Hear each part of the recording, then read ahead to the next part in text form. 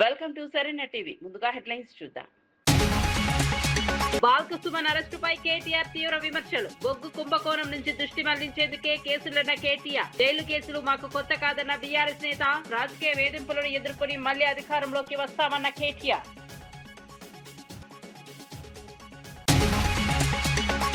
తెలంగాణ వ్యాఖ్యల వివాదంపై స్పందించిన రామచంద్రారావు. తెలంగాణ ఎవరి జాగీరు కాదన్న బీజేపీ రాష్ట్ర అధ్యక్షుడు. రాష్ట్ర గౌరవాన్ని అందరూ కాపాడాలన్న రామచంద్రరావు. రాజకీయాల్లో పరస్పర గౌరవం అవసరమన్న బీజేపీ నేత.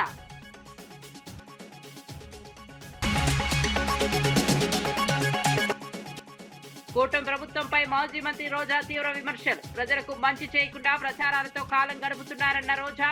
దొంగ ఓట్ల కుట్రలు జరుగుతున్నాయన్న ఆరోపణ. ప్రజాస్వామ్య హక్కులను కాపాడుకోవాలన్న రోజా పిలుపు. ఉద్యోగాలపై కాంగ్రెస్ తప్పుడు లెక్కలు చెబుతోందన్న తలసాని. 2 లక్షల ఉద్యోగాల ప్రచారం అవాస్తవమన్న మాజీ మంత్రి. నిరుద్యోగ యువతను ప్రభుత్వం మోసం చేస్తోందన్న తలసాని. ఉద్యోగాలపై శ్వేతపత్రం విడుదల చేయాలని డిమాండ్.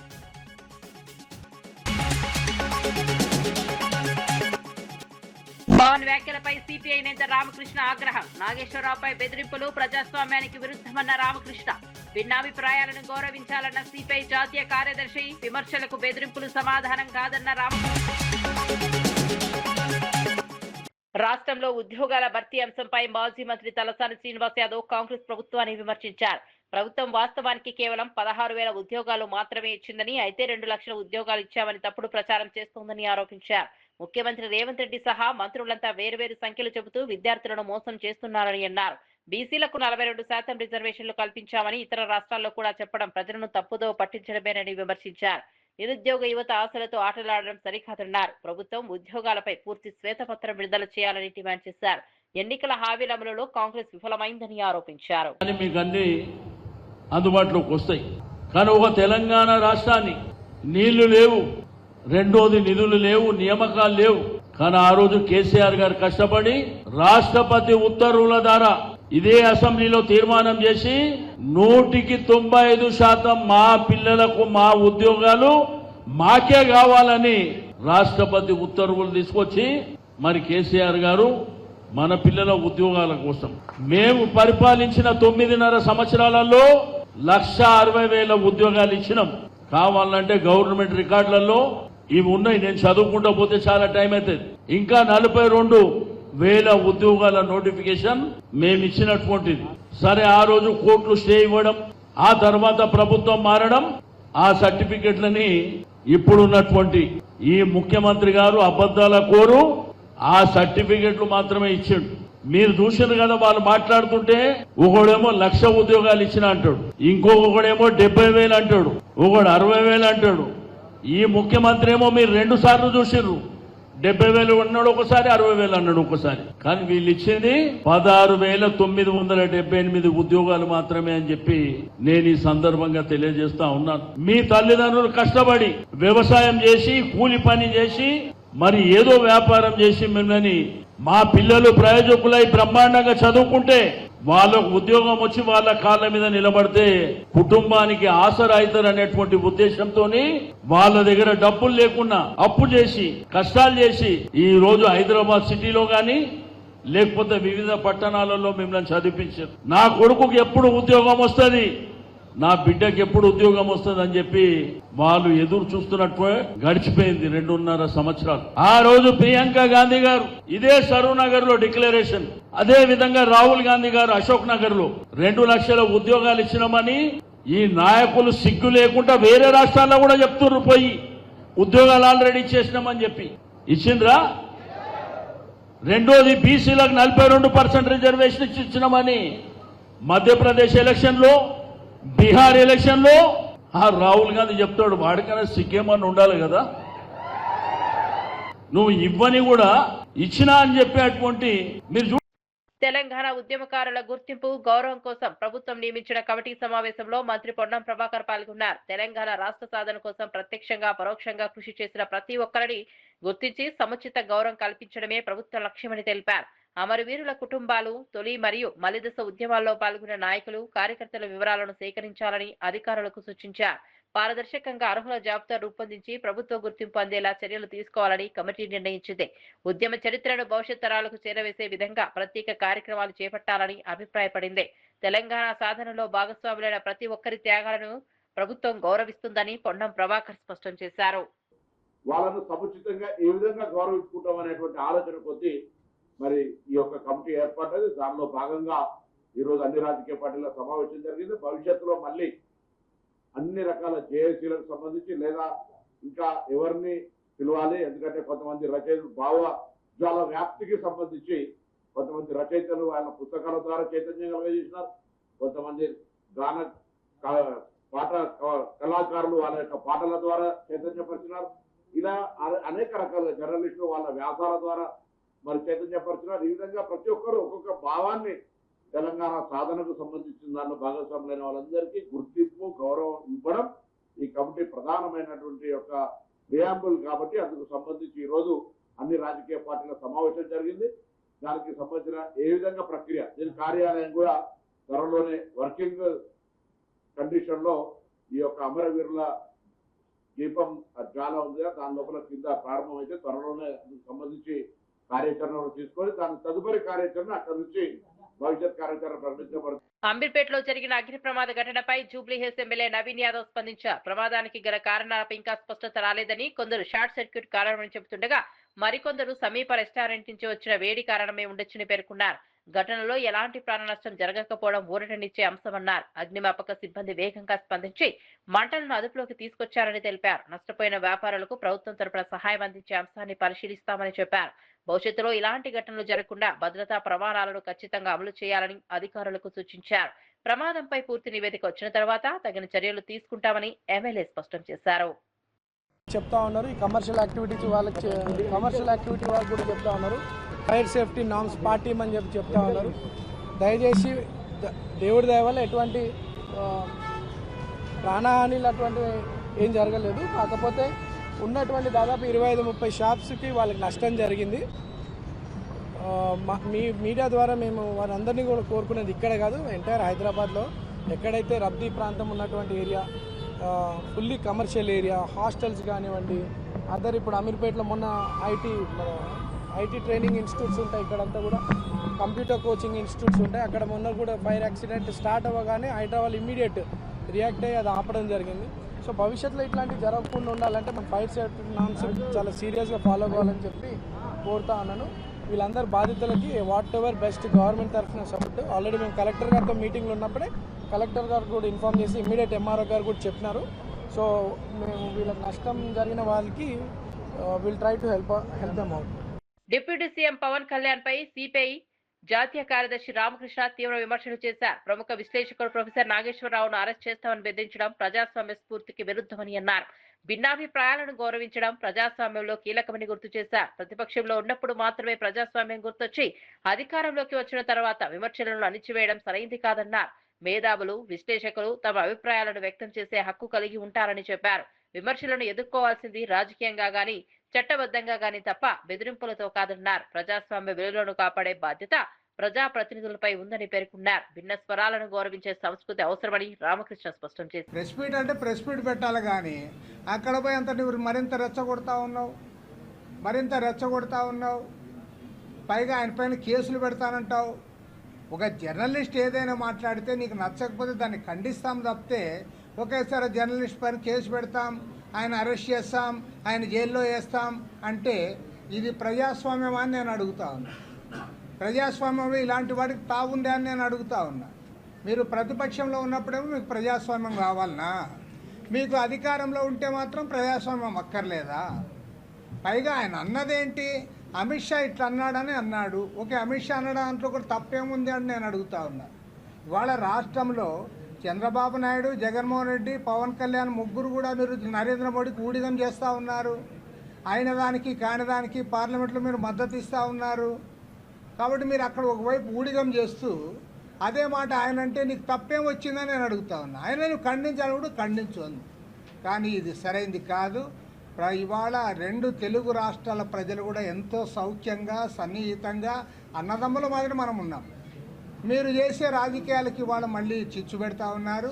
ఇది జనసేన రాజకీయం కాదు, పవన్ కళ్యాణ్ సొంత రాజకీయం కాదు. భారతీయ జనతా పార్టీకి ఊడిగం చేయడానికే ఇవాళ హైదరాబాద్ పోయి ప్రెస్ మీట్ పెట్టావు. నువ్వు రేపు వాళ్ళతో కలిసి అక్కడ ఎన్నికల్లో పాల్గొనాలనే ఉద్దేశంతోనే నువ్వు ఇవన్నీ చేస్తూ ఉన్నావు. కాబట్టి ఈ వ్యవహార శైలి మానుకో. నువ్వు ఇక్కడ మంచిగా చంద్రబాబు నాయుడు గారు మంచి పోర్ట్ఫోలియోస్ ఇచ్చాడు. పంచాయతీరాజు, ఆర్డబ్ల్యూఎస్, పర్యావరణం బ్రహ్మాండంగా ఉన్నాయి. అన్నీ చేయండి, బాగా మంచి పేరు తెచ్చుకో. ఇది వదిలిపెట్టిపోయి ప్రజల మధ్య చిచ్చు పెట్టేదాన్ని తీవ్రంగా తప్పుపడతా ఉన్నాం, ఖండిస్తూ ఉన్నాం. జైల్లో రిమాండ్ లో ఉన్న మాజీ ఎమ్మెల్యే బాల్క సుమన్ ను పరామర్శించిన అనంతరం బీఆర్ఎస్ వర్కింగ్ ప్రెసిడెంట్ కేటీఆర్ ప్రభుత్వంపై తీవ్ర విమర్శలు చేశారు. సింగరేణిలో 1500 కోట్ల బొగ్గు కుంభకోణం అంశం నుంచి ప్రజల దృష్టి మళ్లించేందుకే తప్పుడు కేసులు నమోదు చేస్తున్నారని ఆరోపించారు. సింగరేణిలో 40 లక్షల మెట్రిక్ టన్నుల బొగ్గు మాయమైన అంశంపై కేంద్ర ప్రభుత్వం స్పందించాలని డిమాండ్ చేశారు. గతంలో పలువురు కాంగ్రెస్ నేతలు చేసిన వ్యాఖ్యలపై చర్యలు తీసుకోకుండా ఇప్పుడు బీఆర్ఎస్ నేతలపై మాత్రమే కేసులు పెట్టడం ద్వంద్వ వైఖరికి నిదర్శనమన్నారు. సృజన్ రెడ్డి కనుసన్నల్లో భారీ కుంభకోణాలు జరిగాయని ఆరోపిస్తూ వాటిని బీఆర్ఎస్ బయటపెట్టిందన్నారు. జైళ్లు, కేసులు తమకు కొత్త కాదని, ఈ రాజకీయ వేధింపులను ఎదుర్కొని మళ్లీ అధికారంలోకి వస్తామని కేటీఆర్ స్పష్టం చేశారు. 100 కోట్ల కుంభకోణం జరిగిందో బయటపెట్టింది మా నాయకుడు హరీష్ రావు గారు. అట్లాగే నైని బొగ్గు టెండర్ విషయంలో వాళ్లకు మంత్రులకు, ముఖ్యమంత్రికి వాటాలు కుదరక మంత్రులకు, ఉప ముఖ్యమంత్రికి, ముఖ్యమంత్రులకు అల్టిమేట్ గా మీడియాలో పనిచేసే జర్నలిస్టులను అరెస్ట్ చేసే కాడికి పోయిన విషయం కూడా మనకు తెలిసిందే. అట్లాగే ఆ నైని బొగ్గు టెండర్ను కూడా రద్దు చేసిన విషయం కూడా మనకు తెలిసిందే. మొన్న మా పార్టీ అనుబంధ సంస్థగా ఉన్న తెలంగాణ బొగ్గు గని కార్మిక సంఘం మా పార్టీ కేంద్ర కార్యాలయం తెలంగాణ భవన్లో ఒక సమావేశం పెట్టుకుంటే అందులో అన్ని విషయాలు ప్రస్తావనకు వచ్చినాయి. ఎట్లా సింగరేణి సంస్థ ఈరోజు మొత్తం కార్మికుల పుట్టగొడుతున్నది, కేసీఆర్ గారి ప్రభుత్వం ఉన్నప్పుడు ఎట్లా 19,000 వారసత్వ ఉద్యోగాలు మెడికల్ ఇన్వాలిడేషన్ బోర్డు ద్వారా ఇవ్వడం జరిగింది, ఏ రకంగా ఇవాళ కాంగ్రెస్ ప్రభుత్వం వచ్చిన తర్వాత మరి ఆ బోర్డు మొత్తం ఎత్తేసి 11 నెలలుగా బోర్డు మీటింగులు పెట్టకుండా వేలాది మంది పిల్లలకు అన్యాయం చేస్తా ఉన్నారు. అన్యాయం చేయడమే కాకుండా గతంలో కేసీఆర్ ప్రభుత్వం ఇచ్చిన ఉద్యోగాలు మెడికల్ ఇన్వాలిడేషన్ కింద 19,000 ఉద్యోగాలు ఏదైతే ఇచ్చారో వాటి మీద కూడా విజిలెన్స్ ఎంక్వైరీ చేపిస్తామని చెప్పి అసెంబ్లీలో ఉప ముఖ్యమంత్రి బట్టి విక్రమార్క గారు ఏ మాట అయితే చెప్పారో ఇవన్నీ కూడా ఇవాళ సింగరేణిలో. పెద్దపల్లి జిల్లా రామగుండం జీఎం కార్యాలయం ఎదుట సింగరేణి గుర్తింపు సంఘం ఏఐటీయూసీ ఆధ్వర్యంలో భారీ ధర్నా నిర్వహించారు. మెడికల్ అన్ఫిట్ అయిన కార్మికుల వారసులకు వెంటనే ఉద్యోగ నియామక పత్రాలు ఇవ్వాలని డిమాండ్ చేశారు. సింగరేణి వ్యాప్తంగా గత 9 నెలల్లో 400 మంది కార్మికులు అన్ఫిట్ అయ్యారని నాయకులు తెలిపారు. గతంలో యాజమాన్యం వారసులకు ఉద్యోగాలు కల్పిస్తామని హామీ ఇచ్చిందని గుర్తు చేశారు. మెడికల్ బోర్డు ఏర్పాటు చేసి నియామక ప్రక్రియ పూర్తి చేయాలని కోరారు. 8 నెలలుగా ఎలాంటి ఆదాయం లేక కుటుంబాలు తీవ్ర ఇబ్బందులు పడుతున్నాయని వారసులు ఆవేదన వ్యక్తం చేశారు. యాజమాన్యం స్పందించకపోతే అన్ని కార్మిక సంఘాలను కలుపుకుని సమ్మె నోటీసు ఇస్తామని హెచ్చరించారు. ఉద్యోగాల కోసం ఎదురు చూస్తున్న కుటుంబాలకు వెంటనే న్యాయం చేయాలని విజ్ఞప్తి చేశారు. వాళ్ళు మాట్లాడుతూ ఉన్నారు. మరి సింగరేణిలో కార్మికులు వేజ్ బోర్డు అగ్రిమెంట్ ప్రకారం కార్మికులు మెడికల్ అన్ఫిట్ అయినా చనిపోయినా ఉద్యోగం ఇవ్వాల్సిన బాధ్యత యాజమాన్యం అనుకున్నది. ఈ రాజకీయ జోక్యం వల్ల వేజ్ బోర్డు అగ్రిమెంట్ను కూడా అమలు చేయకుండా సింగరేణి యాజమాన్యం ఆపుతా ఉన్నది.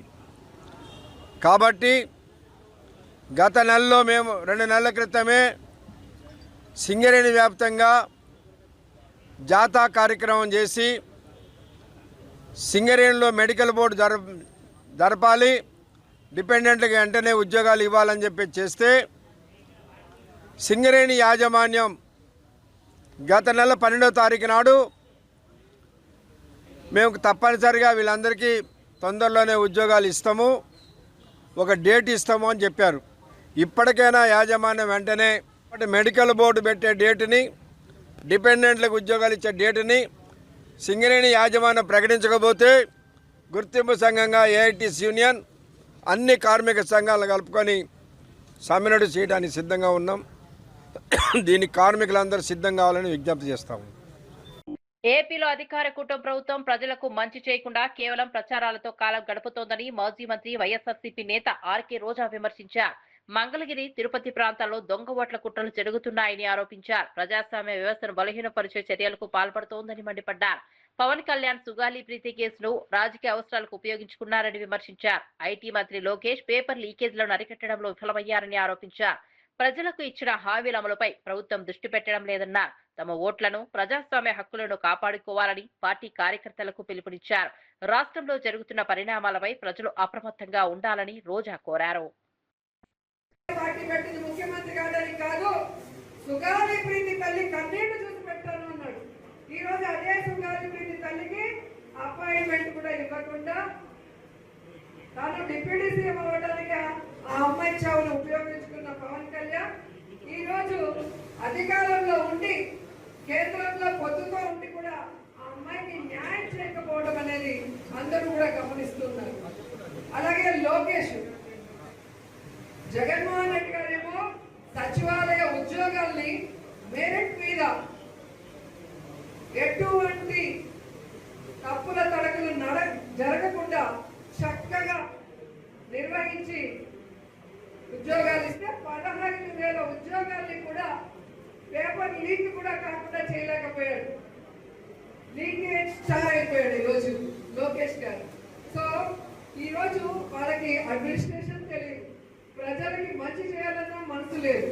కేవలం జగన్ గారిని, వైఎస్ఆర్సీపీలో ఉన్న ముఖ్య నాయకుల్ని టార్గెట్ చేసి వాళ్ళని తిట్టించి తెలంగాణపై జరిగిన రాజకీయ వ్యాఖ్యల వివాదంపై బీజేపీ రాష్ట్ర అధ్యక్షుడు రామచంద్రరావు స్పందించారు. తెలంగాణ ఎవరి జాగీరు కాదని, అది 4 కోట్ల ప్రజల ఆస్తి అని స్పష్టం చేశారు. కాంగ్రెస్ నేత చేసిన వ్యాఖ్యలకు ప్రతిస్పందనగానే సంబంధిత వ్యక్తి ఆ వ్యాఖ్యలు చేశారని చెప్పారు. తెలంగాణ ప్రజల భావోద్వేగాలను గౌరవించడం ప్రతి ఒక్కరి బాధ్యత అని పేర్కొన్నారు. రాజకీయ భేదాలు ఉన్నా రాష్ట్ర గౌరవాన్ని కాపాడే విషయంలో అందరూ ఒకే దారిలో నడవాలని సూచించారు. రాష్ట్ర అభివృద్ధి, ప్రజా సమస్యలపై చర్చ జరగాల్సిన సమయంలో అనవసర వివాదాలు సృష్టించడం మంచిది కాదన్నారు. తెలంగాణ ప్రజల ఆత్మగౌరవాన్ని ఎవరు తక్కువ అంచనా వేయలేరని పేర్కొన్నారు. రాజకీయాల్లో పరస్పర గౌరవం అవసరమని రామచంద్రరావు వ్యాఖ్యానించారు. ఎవరు అన్నారా లేదా మాకైతే తెలియదు. అట్లా ఎవరైనా నాకు తెలిసింది ఏంటంటే, ఒక కాంగ్రెస్ మంత్రి అన్నాడని, ఆయన జాగిరా తెలంగాణ అని అన్నాడని, దానికి నిన్న ఈయన తెలంగాణ 4 కోట్ల జనాభా జాగిరని ఈయనన్నాడు. ఈ 4 కోట్ల జనాభా జాగి ఇప్పుడు అంటుండు, గతంలో మా కుటుంబం జాగిరి అని చెప్పి వాళ్ళు పరిపాలించారు. కాబట్టి వాళ్ళ మాటలు నేనైతే వినలేదు. ఎవరు మాట్లాడినా ఎవరే కాదు, తెలంగాణకు ఎవరు అవమానపరిచినా, తెలంగాణ ప్రజల ఒక మనోభావాన్ని ఎవరు కూడా దెబ్బతీసినా దాన్ని బీజేపీ వ్యతిరేకిస్తుంది. బ్రిడ్జ్ క్రీడను పేకాటతో పోల్చడం వైఎస్ఆర్సీపీ నాయకుల అజ్ఞానానికి నిదర్శనమని టీడీపీ నేత మాజీ ఎమ్మెల్యే ఏఎస్ రామకృష్ణ విమర్శించారు. మంగళగిరిలోని పార్టీ కేంద్ర కార్యాలయంలో నిర్వహించిన మీడియా సమావేశంలో ఆయన మాట్లాడారు. అంతర్జాతీయ స్థాయిలో గుర్తింపు పొందిన మైండ్ గేమ్ ను జూదంతో పోల్చడం బాధాకరమన్నారు. క్రీడలపై సరైన అవగాహన లేకుండా రాజకీయ విమర్శలు చేయడం తగదని సూచించారు. ప్రతిపక్ష పార్టీ కేవలం బురద చల్లే రాజకీయాలకు మాత్రమే పరిమితమైందని ఆరోపించారు. ప్రజా సమస్యలపై చర్చించకుండా ప్రతి అంశాన్ని వివాదాస్పదం చేయాలని ప్రయత్నిస్తోందన్నారు. క్రీడలకు ప్రోత్సాహం ఇవ్వాల్సిన సమయంలో ఇలాంటి వ్యాఖ్యలు యువతను తప్పుదారి పట్టిస్తాయని చెప్పారు. వాస్తవాలను తెలుసుకుని మాట్లాడాలని వైసీపీ నాయకులకు సూచించారు.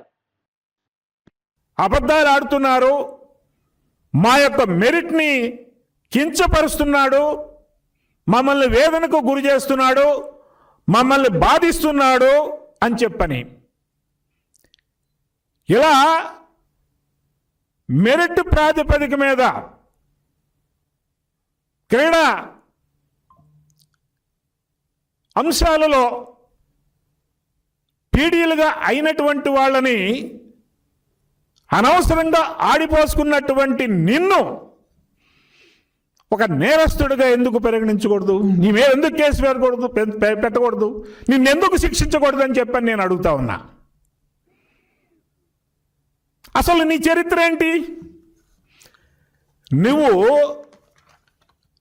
రేషన్ బియ్యాన్ని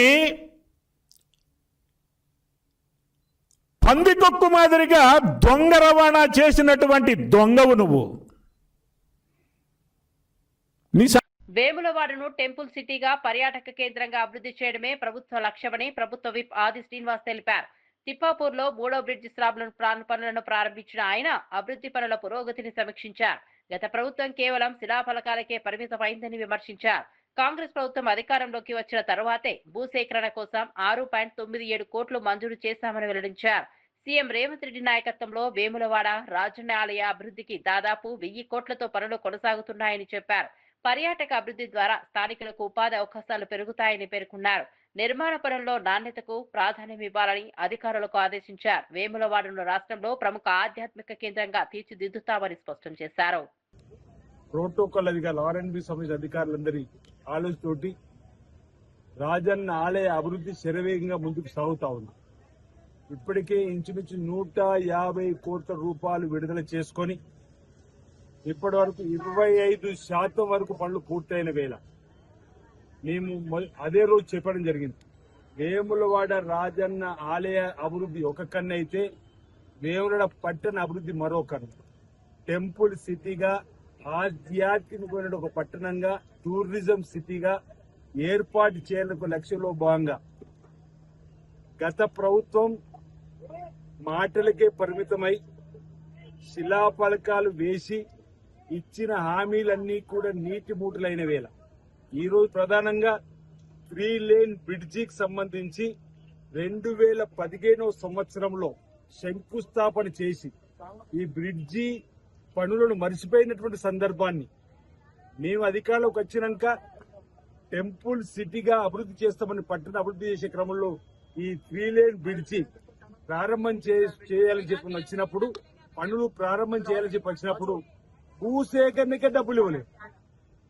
అంటే వాళ్ళ పనితీరు చూడండి. శిలాఫలకాలు వేసుకుని ఎన్నికల్లో గెలుపొందాలని ఒక యావా తపన తప్ప ప్రత్యర్థులను ఓడించడానికి కోసం మేము రాజన్న ఆలయ అభివృద్ధి పట్టణాభివృద్ధి 3 బ్రిడ్జిలు కడుతున్నాం చెప్పని ఆలోచనే తప్ప భూసేకరణ కూడా వాళ్ళు నిధులు ఇవ్వలేదు.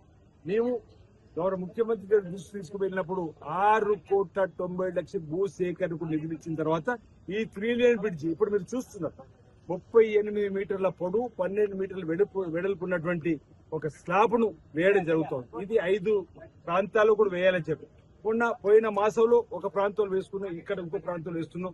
మరొకటి కూడా 15 రోజుల లోపల ఈ విధంగా వేసుకొని ఈ బ్రిడ్జిని రాజన్న భక్తులకు వేరే పట్టణ ప్రజలకు అంకితం చేసేటువంటి సందర్భం ఉపయోగాలు తీసుకొచ్చేటువంటి కార్యక్రమం మేము చేస్తున్నాం. మీరు శిలాఫలకం సాక్షి చూడండి. 2015లో వేసిన శిలాఫలకం సజీవ సాక్షిగా ఉంది.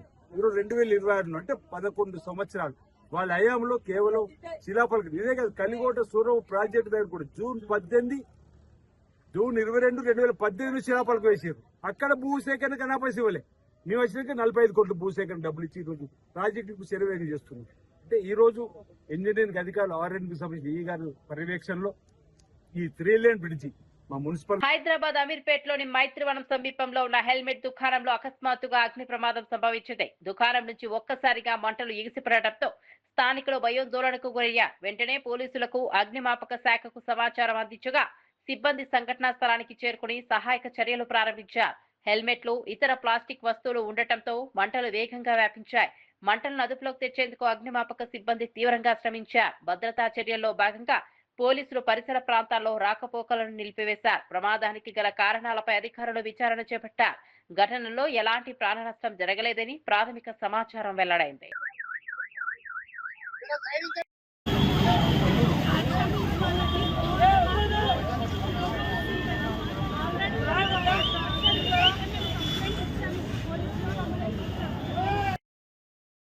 పొగ వచ్చిందో అది మొత్తం సెకండ్ ఫ్లోర్ నుంచి అంటుకుంది.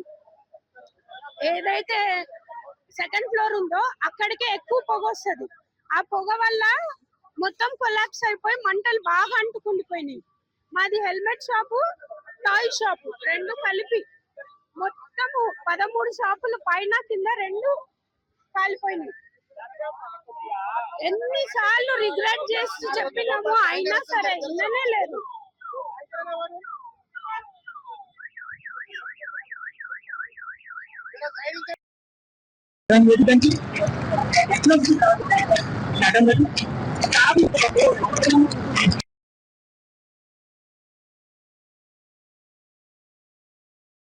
ఆపడానికి ప్రయత్నం చేస్తే వాళ్ళ ప్రాణ నష్టం పోయే సిచ్యువేషన్ అనిపించడం వల్ల వాళ్ళు ఇంకా వాళ్ళ చేతులతో నొప్పుకొని బయటకు రావడం వల్లనే మొత్తం దీని వల్ల దాదాపు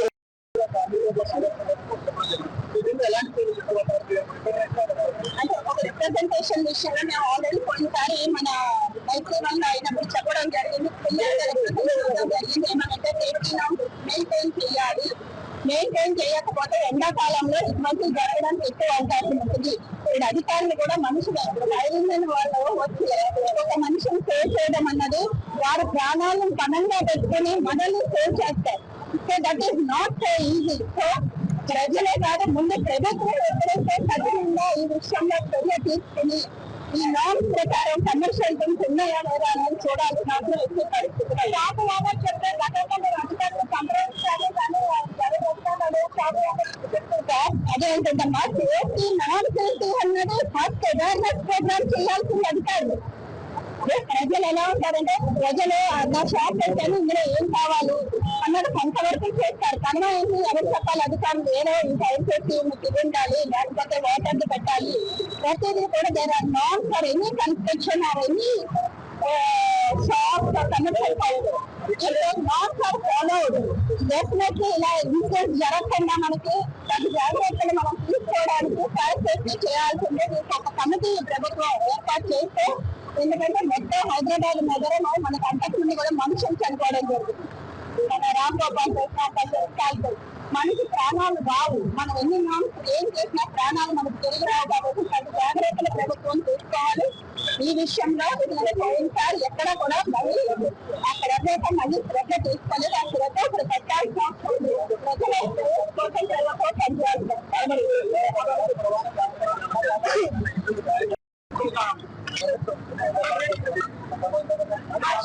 వాళ్ళు బ్యాక్ సైడ్ ఉంటారండి. అయితే వాళ్ళకి రోజు ప్రవేశం మేము ఆల్రెడీ కంప్లైంట్ ఇచ్చినాము వాళ్ళది, మాకు ఇట్లా ప్రవేశింది మంటలు అంటుకుంటాయి అని చెప్పేసి. అయినా సరే వాళ్ళు చూసి చూడనంటే ఎట్లేసింది. పోలీస్ వాళ్ళకి కూడా కంప్లైంట్ ఇచ్చినాము. మా సెకండ్ ఫ్లోర్ లో స్టార్ట్ అయింది మంటలు మొత్తం. మేము చూసేలోపే చాలా ఎక్కువ అయిపోయింది మంటలు మొత్తం. అది హోటల్ ఇలా బ్యాక్ సైడ్ మాకు లిటరల్ గా బ్యాక్ సైడ్ వర్షం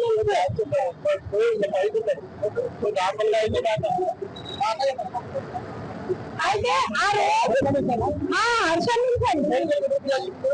మేము 1 month బ్యాక్ పోలీసు వాళ్ళ కంప్లైంట్ ఇవ్వడానికి వెళ్తే వాళ్ళు ఏమన్నారంటే ఈ ప్రాణ నష్టమైందా లేకపోతే ఆస్తి నష్టమైందా అడిగారు.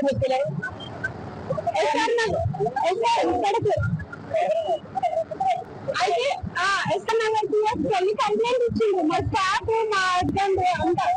కూటమి ప్రభుత్వం 2 ఏళ్ల పాలనపై వైఎస్ఆర్సీపీ రాష్ట్ర వ్యాప్తంగా నిరసనలు చేపట్టింది. శ్రీకాకుళం జిల్లా బందసలో మాజీ మంత్రి సీదిరి అప్పలరాజు ఆధ్వర్యంలో నిర్వహించిన వెన్నుపోటు నిరసన కార్యక్రమంలో పెద్ద సంఖ్యలో పార్టీ శ్రేణులు పాల్గొన్నారు. ఎన్నికల సమయంలో ఇచ్చిన సూపర్ 6 హామీలు అమలు కాలేదని ఆయన ఆరోపించారు. రైతులకు ఆర్థిక సాయం, నిరుద్యోగ భృతి, పెన్షన్ హామీలు ఏమయ్యాయని ప్రశ్నించారు. రాష్ట్రంలో ఇసుక, మట్టి, గ్రావెల్ అక్రమ దోపిడీలు పెరిగిపోయాయని విమర్శించారు. ఆరోగ్యశ్రీ సేవలు బలహీనపడ్డాయని, డిఎస్సీ పేరుతో నిరుద్యోగులను మోసం చేస్తున్నారని ఆరోపించారు. ప్రజలకు ఇచ్చిన హామీల అమలు కోసం వైసీపీ పోరాటం కొనసాగిస్తోందని స్పష్టం చేశారు. ప్రజా సమస్యలను ప్రభుత్వం విస్మరిస్తోందని అప్పలరాజు మండిపడ్డారు.